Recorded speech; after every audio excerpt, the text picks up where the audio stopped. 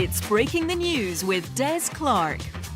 I am Des Clark and this is Breaking the News, the show that breaks the week's news and asks four opinionated panellists to put it back together again. And joining me from the comfort of their own homes this week are comic and broadcaster Andy Zaltzman, and on his team he's joined by comedian Janie Godley, and facing them is comedian, writer and actor Catherine Bohart, and joining her is stand-up Ray Bradshaw. Now, in the news this week, Russians have strongly supported constitutional reforms that could keep President Vladimir Putin in power until 2036.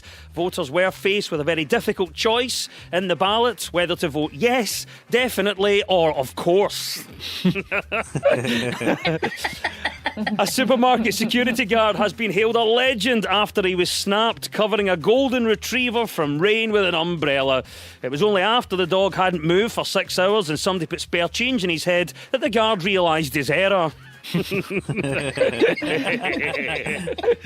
And Boris Johnson says now is the time to be ambitious about the UK's future as he set out a post-coronavirus recovery plan and promised a £5 billion new deal to build homes. That's £5 billion, or to put it another way, 3 flats in central London.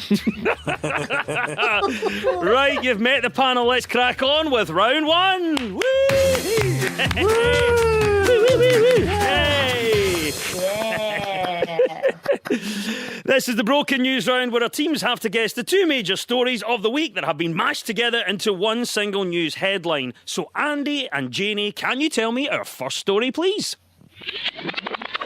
Now, the First Minister has reminded people to all do our bit, get spending £20 million a day. when we do our shopping So are you gagging? to wear face coverings. A reporter, Has been asking people in Glasgow what they think. they're not too keen.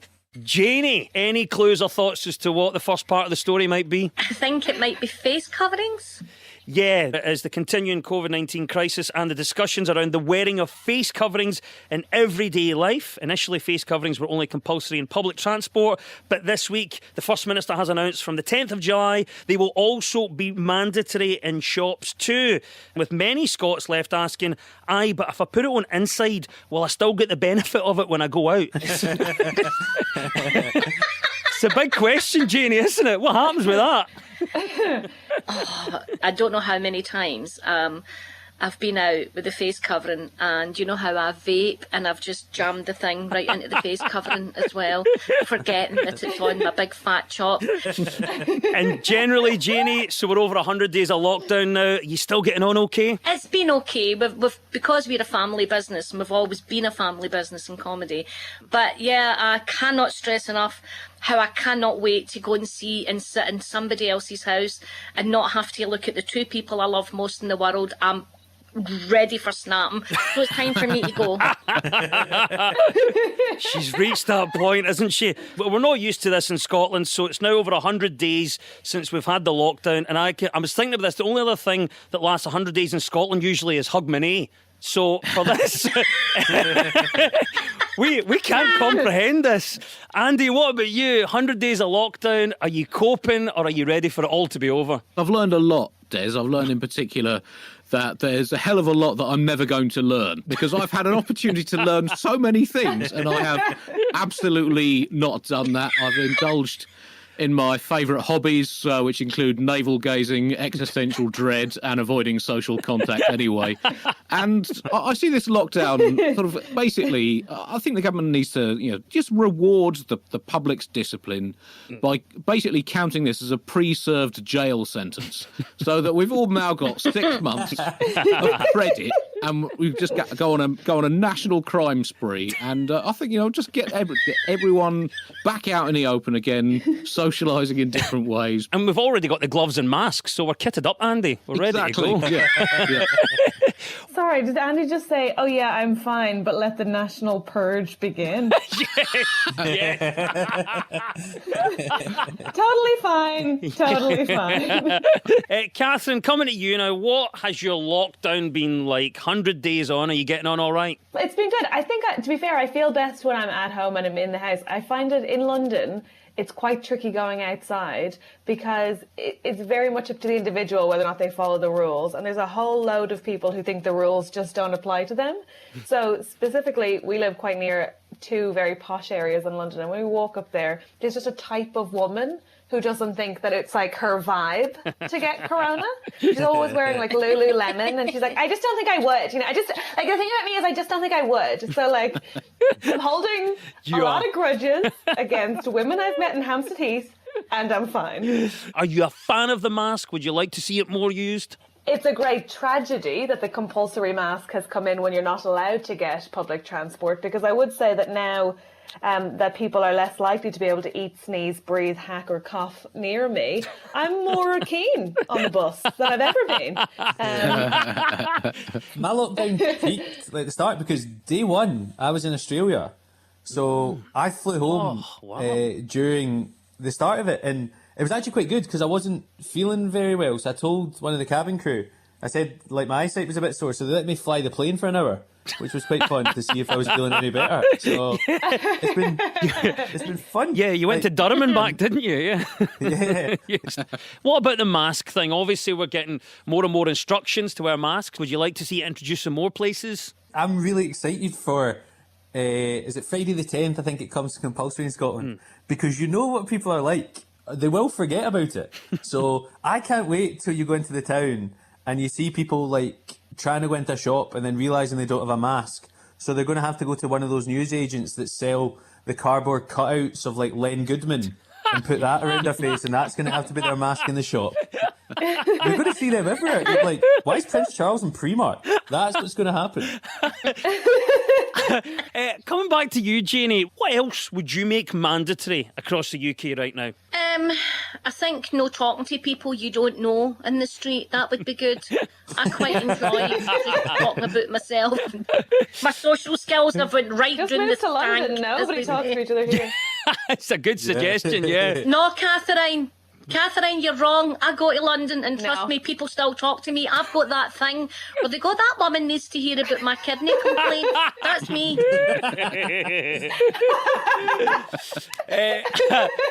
Andy, what about you? We're in this cycle of making certain things mandatory, such as masks. What would you make mandatory across the UK right now?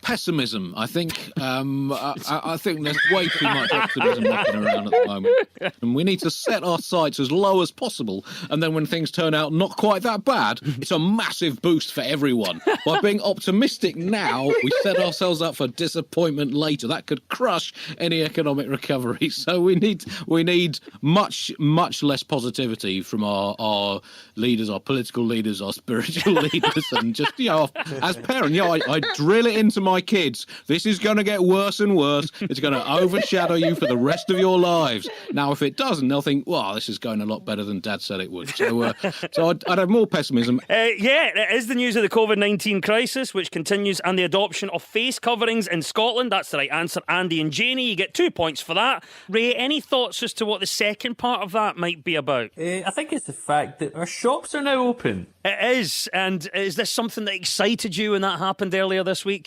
Yes and no. My dad's been asking me to help him get a new phone for the last 3 months, and I had a ready-made excuse that there's no shop, so now I'm going to have to actually go through with that.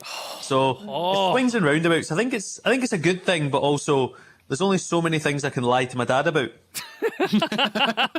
You're absolutely right with that. Shoppers queued early as non-essential retailers across Scotland prepared to reopen their doors earlier this week. Some people were asking why shoppers couldn't have bought what they needed online, to which the answer, of course, is BT broadband. Yeah. Catherine, what about you? Were you excited as the shops have begun to reopen? Well, not really. I guess I know people are eager not to let the high street die. And I get that, but it's just that I think I'd rather the world not have coronavirus than Claire's accessory, Claire's accessories even, and that's that's saying a lot, right? Because I mean that as a high bar, because truly I do love a magnetic earring.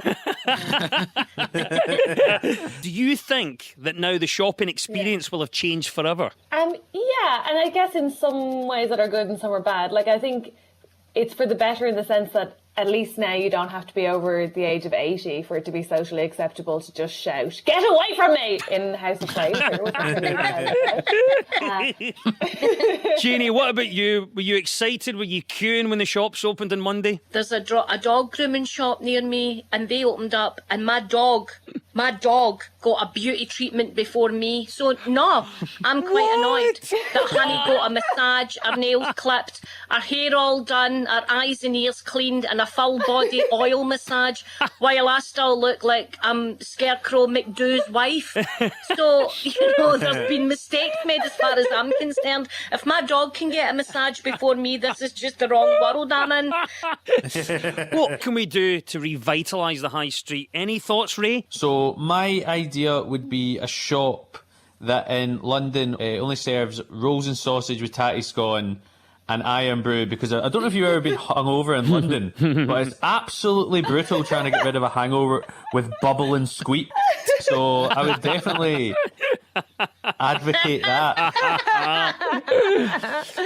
Andy, what about yourself then? Obviously, we're trying to think of things that can help spark up the high street and get some interest in it. Is there a new shop, do you think, it's missing? Well, I think possibly sport could step into the breach, because there's a problem with having big crowds at events. So I think you should be able to just go into a shop and get a bit of sport. You go in there and there's 4 people working in the shop, and you just say, "Can you do some doubles tennis for me?" Or could you just all just punch each other for 8 3-minute rounds or whatever? So you just go and get your sport. So to take that problem of there being huge crowds gathering in a place, but feeds our addiction to sport. It's the right answer. We're talking about shops being opened earlier this week in Scotland. You may be aware that shops south of the border had already left lockdown on June the 15th.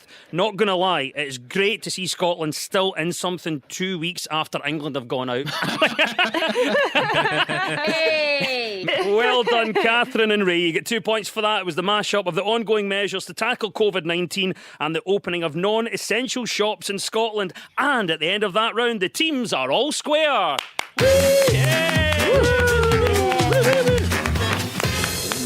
Now, so much of our news is about public opinion. Obviously, we're not out and about in the streets with microphones at the moment, but we have caught up with comedian and actor Sanjeev Kohli. What story do you think Sanjeev is on about here? I think it is definitely a good time for this particular thing to return. Whether or not I like attending these events really depends where I am in the list, because there's a 2-tier system, a sort of A team and a B team. There is almost exclusively an element of dancing at these events. Everything from the slosh to the rumba. It's got to be weddings.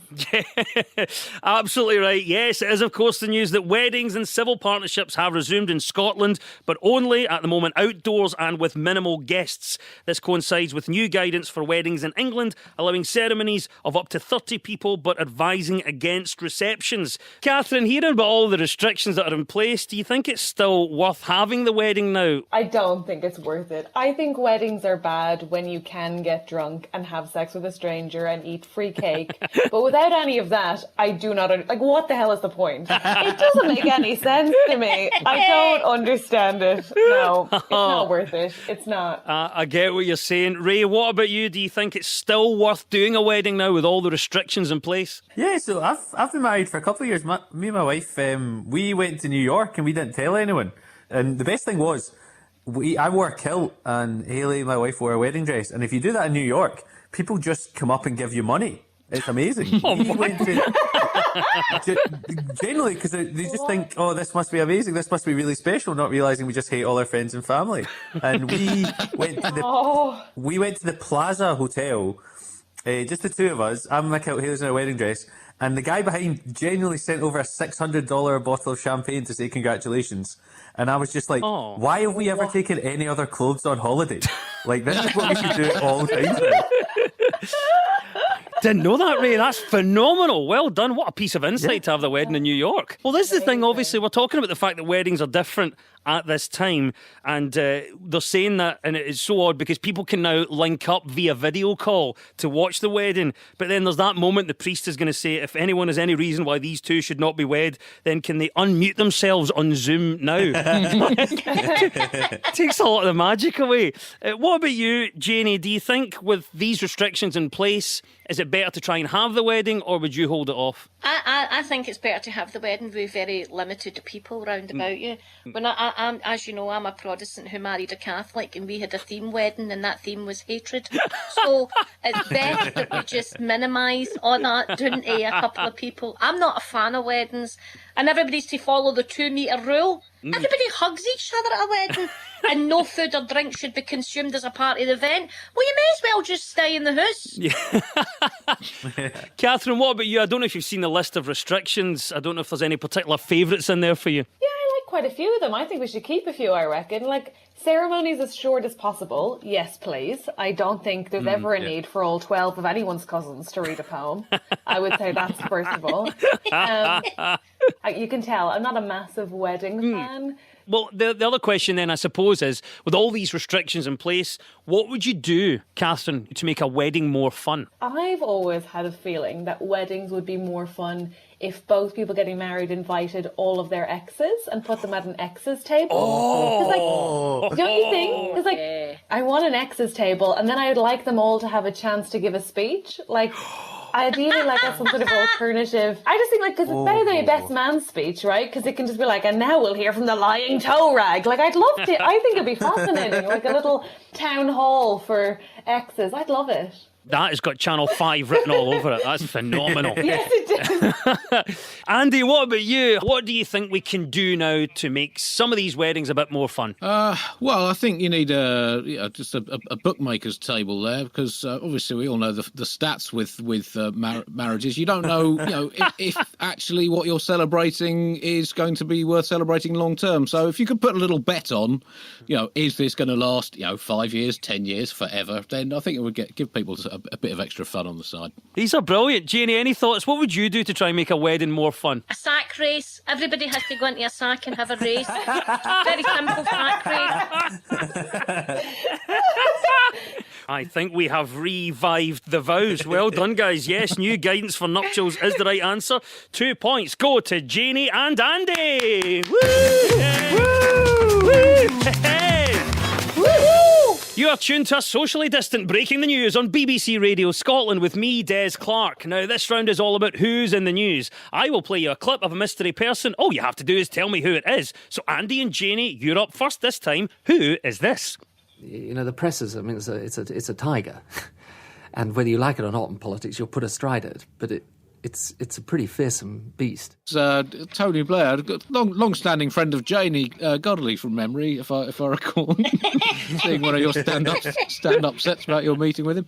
Absolutely right, yes. It's former Prime Minister Tony Blair who was in the news this week as it was revealed that he hasn't washed his own clothes or cooked a family meal since he became Prime Minister in 1997.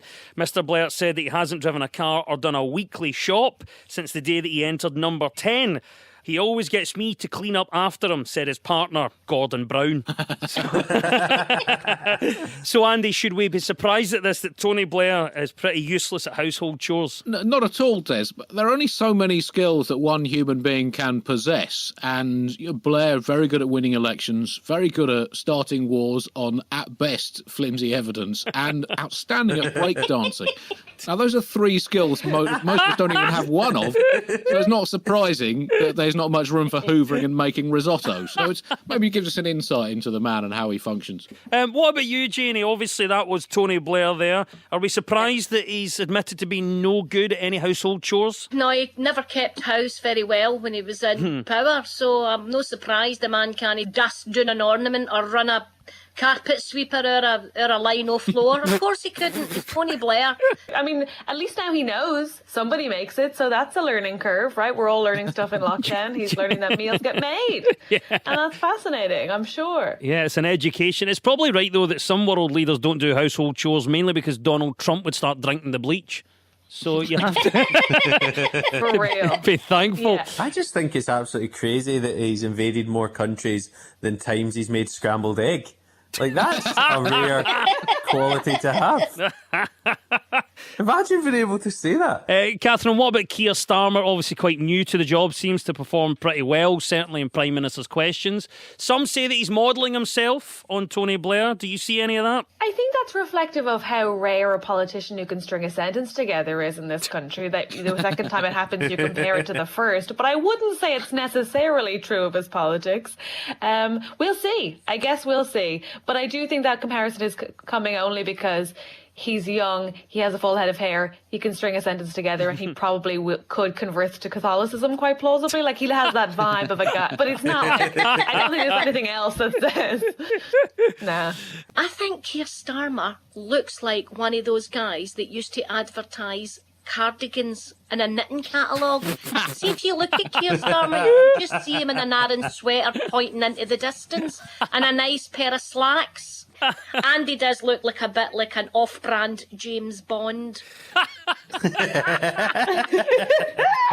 Oh, man. Really, what he should be doing is modelling himself on the exact opposite of Boris Johnson. I think that is the key for Starmer. Just be as opposite to Boris Johnson as you can possibly be, and I don't think you'll go far wrong. That or John McEnroe. I would love to see Keir Starmer put on a headband and get a bit stroppy in Parliament. Well done. 2 points to Andy and Janie. That was indeed former Prime Minister Tony Blair. Right, Catherine and Ray, it's your turn now. Who is this and why are they in the news? I've done that. I made my dream. I live my dream, and I've loved every single minute of it. And now I just feel it was the right time to take a step on. That is the voice of Arsenal and Scotland star Kieran Tierney, who turned up this week to a big game with his kit in a Tesco bag. Did you enjoy that moment, seeing a Scotland player there being properly down to earth? It reminded me of a 12-year-old going on a school trip to the science centre, just making sure his mum had put his packed lunch in, his little pack of raisins. I thought it was brilliant. The Scotland and Arsenal left-back showed his humble side this week by turning up to a game with a Tesco wash bag.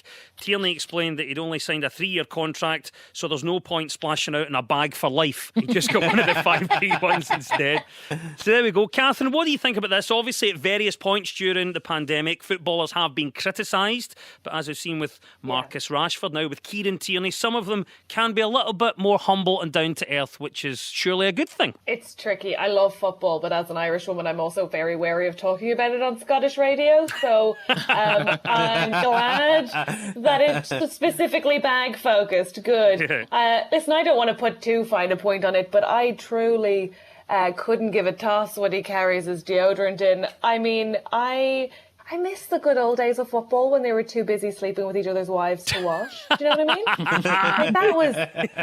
the good old times in football. Yeah. Andy, what about you? Obviously, we've got this young footballer here that's appearing a little bit more down to earth with a Tesco bag. Is that something you like to see? Absolutely not, Des. This is a complete disgrace to Scotland and young Mr. Tierney himself. A humble celebrity is not, to me, you want that as much as you want a flamboyant dentist. It's just not. It's two words that shouldn't go next to each other.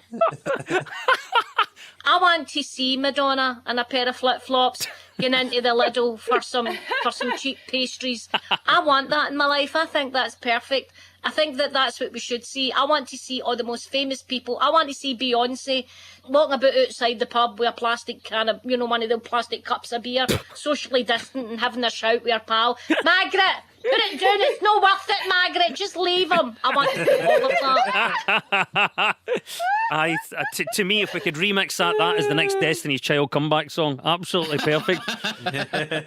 With the bigger point, though, it's maybe about divas, where we've got this debate nowadays. Do we want to see the proper old school divas, or do we like to see a celebrity be more humble? What's your preference, Catherine? Oh, I want a diva. 100%. I think I'd be seriously disappointed if I met Celine Dion and she didn't get how cool it was to be Celine Dion. Like, if Celine Dion isn't walking around thinking I'm Celine Dion, then that's a waste of a good Celine Dion, and it's a waste of a good pantsuit, frankly. Sometimes, like, I need to think I'm Celine Dion just to get through a bad day or a smear test. Like, I think it'd be a real shame not to think that they're enjoying it. So, I'm going to ask you this question then. What is your most extravagant purchase? It would probably be the 2 times life-sized 12-foot bronze statue of Dougie Donnelly that I bought.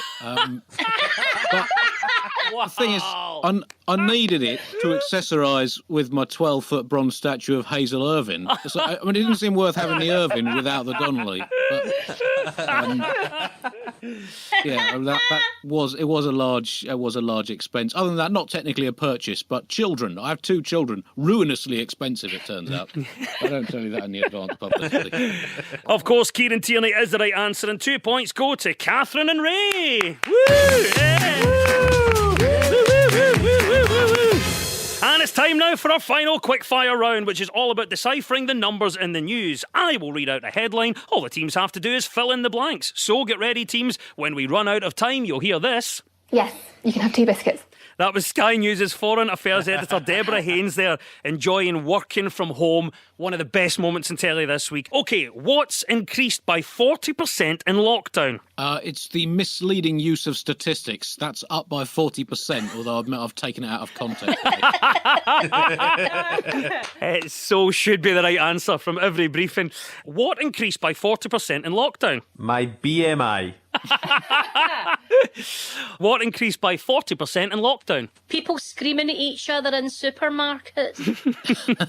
Only 40%. What increased by 40% in lockdown? The phrase, "You're on mute, mum." Ah, yes.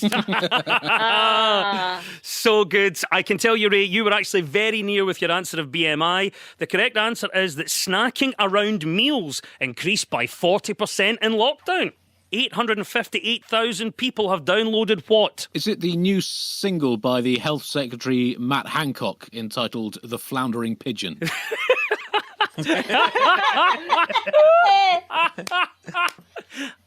858,000 people have downloaded what? Well, it can't be porn because the number's too low. So, divorce papers? 858,000 people have downloaded what? Tinder, and then realise they know everyone in their local area because no one's moving. Actually, the truth is that 858,000 people have downloaded the Couch to 5K app. Yes, you can have 2 biscuits. That is the klaxon. Deborah has Haynes, and it means at the end of the quiz, our winners this week are Andy Zaltzman and Janie Godley. And commiserations to Catherine Bohart and Ray Bradshaw. Woo! Yay! And we'll leave you with the breaking the news. Breaking news just in. Nigella Lawson has confessed to feeling anxious about emerging from lockdown, claiming that the lack of socialising means she's gone feral, or as you or I would say, started shopping at Farm Foods. Hundreds of people have been flouting lockdown rules every week by breaking into 5-a-side pitches in Glasgow to play football. Police have said that CCTV coverage of the pitches have now increased, and the highlights will be shown every week on Sports Scene. And in her daily briefing, First Minister Nicola Sturgeon has announced that Scottish children under 11 will no longer need to stick to social distancing. So, if you can still fit into your old school uniform, your quid's in. The news is broken. I've been Des Clark. Goodbye.